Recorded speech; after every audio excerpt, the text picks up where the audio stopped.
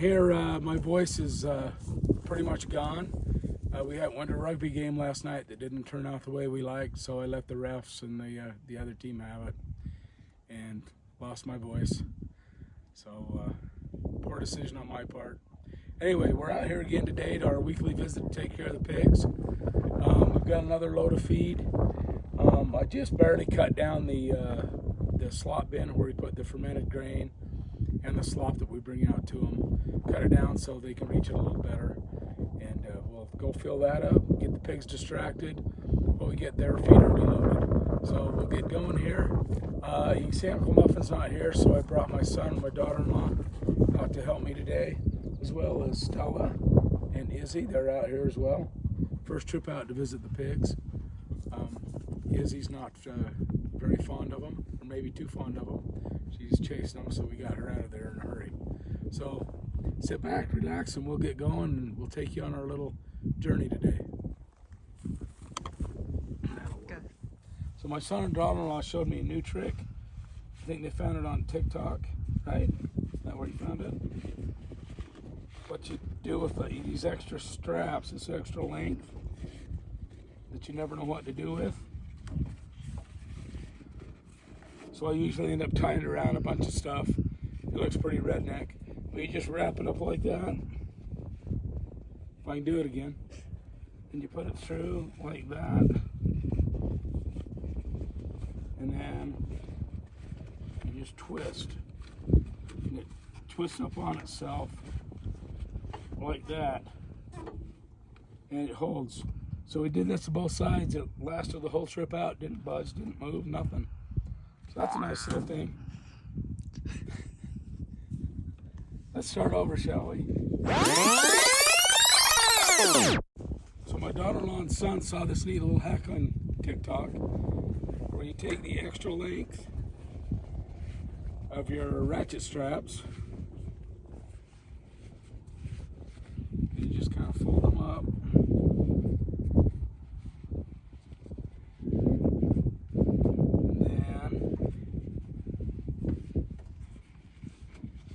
Through it halfway like that, and then you twist and it just tightens up on itself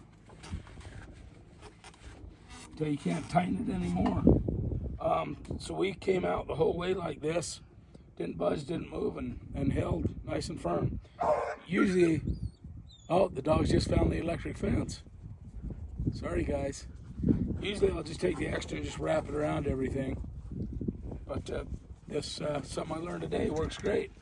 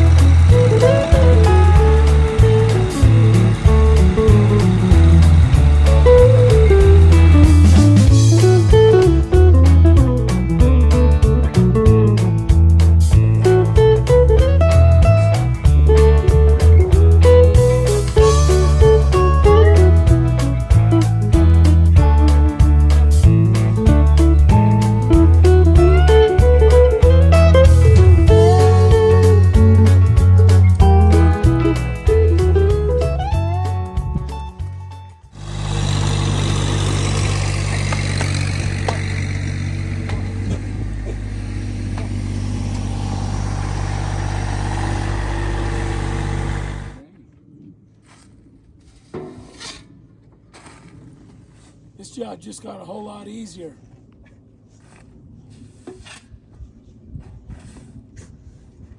I can dig all day.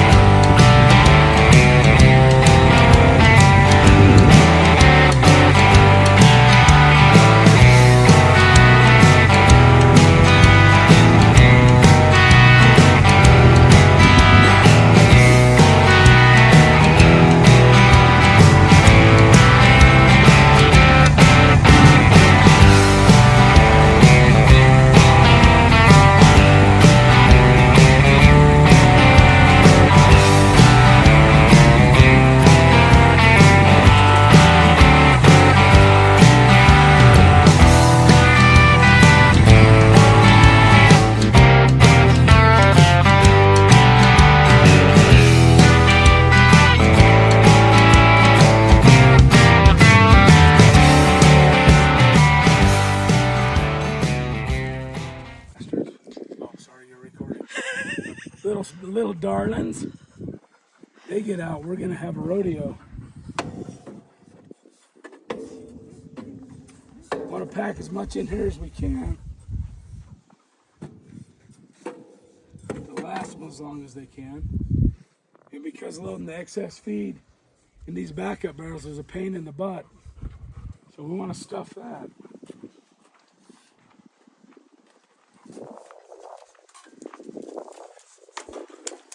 Good.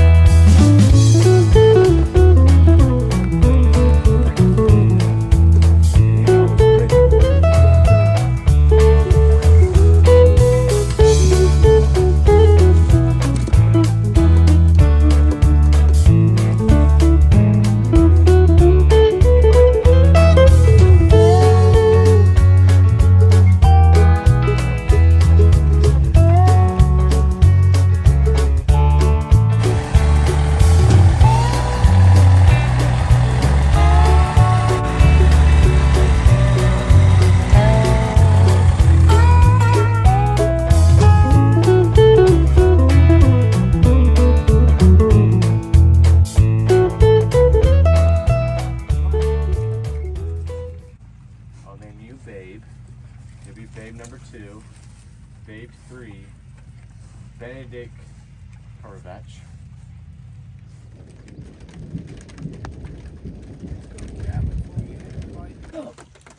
What's up? You got the full belly.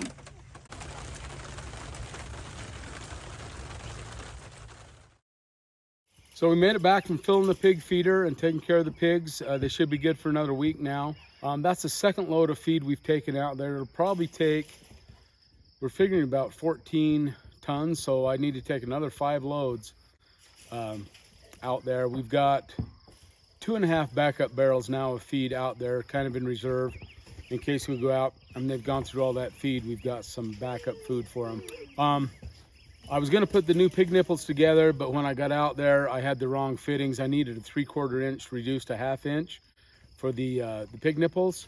And like I've said before, when you're out in Fruitland, where I'm raising these pigs, you're in the middle of nowhere. There's not a hardware store, an Ace or Lowe's or Home Depot within 80 miles, pretty much. You have to come all the way back home. So we scrapped that idea. We didn't get that done this trip.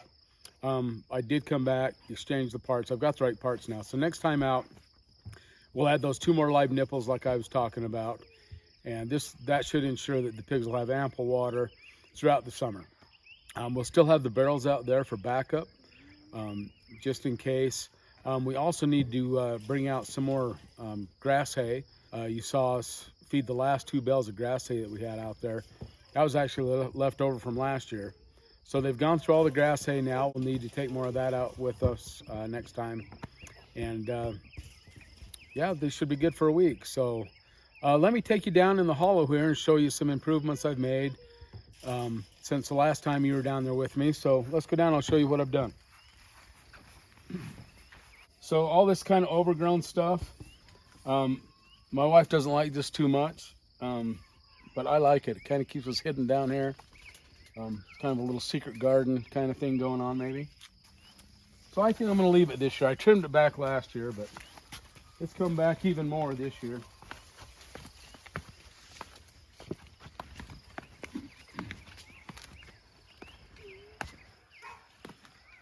So one thing I was going to show you, you see all these sunflowers, these volunteer sunflowers? They really didn't volunteer. I took some of my sunflowers that were growing out front and just brought the dead heads down here and just scattered them around to get some sunflowers established down here. I like them. They grow fairly tall, fairly big. You don't have to water them, and they'll just kind of propagate and keep going. Hopefully keep getting bigger each year. Just kind of make the hollow a nice place to be, especially when they're in bloom. So as you can see, the garden's doing really well. The one problem I had, I don't know if you recall, but I had a timer here that just had 1 station. And so I ran my 1 pipe, and with my 90-something pots, with that 1 station, the water pressure wasn't near enough to water, especially these bigger tubs. It wasn't putting out enough, not a big enough footprint of water to water the entire container. So as I do, and I think as most of us do, I experimented, and I teed off the main line here and ran over and hooked into the end of my line. So I had the same water going around 2 different directions. I thought that would increase the water pressure. Note to self, it didn't. So what I've done now is I bought a 2-station timer, and I've got 2 different zones now. I split it in the middle just as equitable as I could, and just cut the pipe, clipped it over with some zip ties, and so that terminates both ends. So I've got 2 zones now. And I tried it out last night after I got it installed. Works fantastic. The little sprayer heads actually have a spray pattern about that big in them now, so more than enough to take care of these big pots. On the smaller pots, in the 5-gallon buckets, I actually had to reduce the pressure or reduce the footprint in them, so it's only spraying about like that. But about 15 minutes gets me water all the way through, dripping out the bottom, so you know you're good. So that's going to be about the time frame for now, until it gets into the heat of summer, and of course everything goes up. Frequency and the amount of time that you're watering them will go up. Another thing I've done, you saw me start this project the other day, with the pipe here for the ditch to handle the runoff. And then I took my old compost pit out that really wasn't doing much, and just lined this with rocks, mostly because the chickens would get up here and scratch and just knock dirt down onto these mats. These mats are just here for traction, because this soil is pretty slick when it gets wet. So got this completed. So I think we're pretty much ready for summer down here in the hall. The garden's doing great. If you want to come in and look at that, we'll take you on a quick little tour as we're closing out in this video. See, the potatoes are sky high. They're starting to flower. So they start to flower, you know, stuff's happening underneath. We're getting potatoes forming. Here again, I left a lot of these sunflowers to grow in here. Kind of provide a little bit of shade, sunblock for some of these plants. All my sun-loving plants, tomatoes, cucumbers, and beans, are kind of up here where they're going to get the most shade. You can see my squash are starting to come through this fence. Let me show you. So all I'm going to do here is gently, very gently, tuck them back in and get them, and we'll just get them to grow vertically up here. There again, we're growing them in pots vertically to get them off the ground level where all the squash bugs hang out, and I've had nothing but problems growing them in the ground in my in-ground pots. So trying something new this year. You can see my tomatoes climbing up the trellises as they grow. I just keep wrapping the twine around them, and they're continuing to follow that line all the way up. And they'll kind of grow into this fence and help support themselves as well. I've got my second crop of lettuce coming. I've actually harvested, let's see, 1, 2, 3. That's a new pot too. So I've harvested 3 pots of lettuce already for salads. It's turned out really well. Sweet potatoes aren't doing quite as well. I don't think they thrive as well when it gets below 50 degrees. And it hasn't really been warm yet this year, so I think that's why the sweet potatoes are struggling a little bit. But cross your fingers and hope we can get some sweet potatoes this year. First time ever I've grown those, so we'll see. So all in all, I think the garden's off to a great start. You can see I've got a lot of blossoms on squash already going here.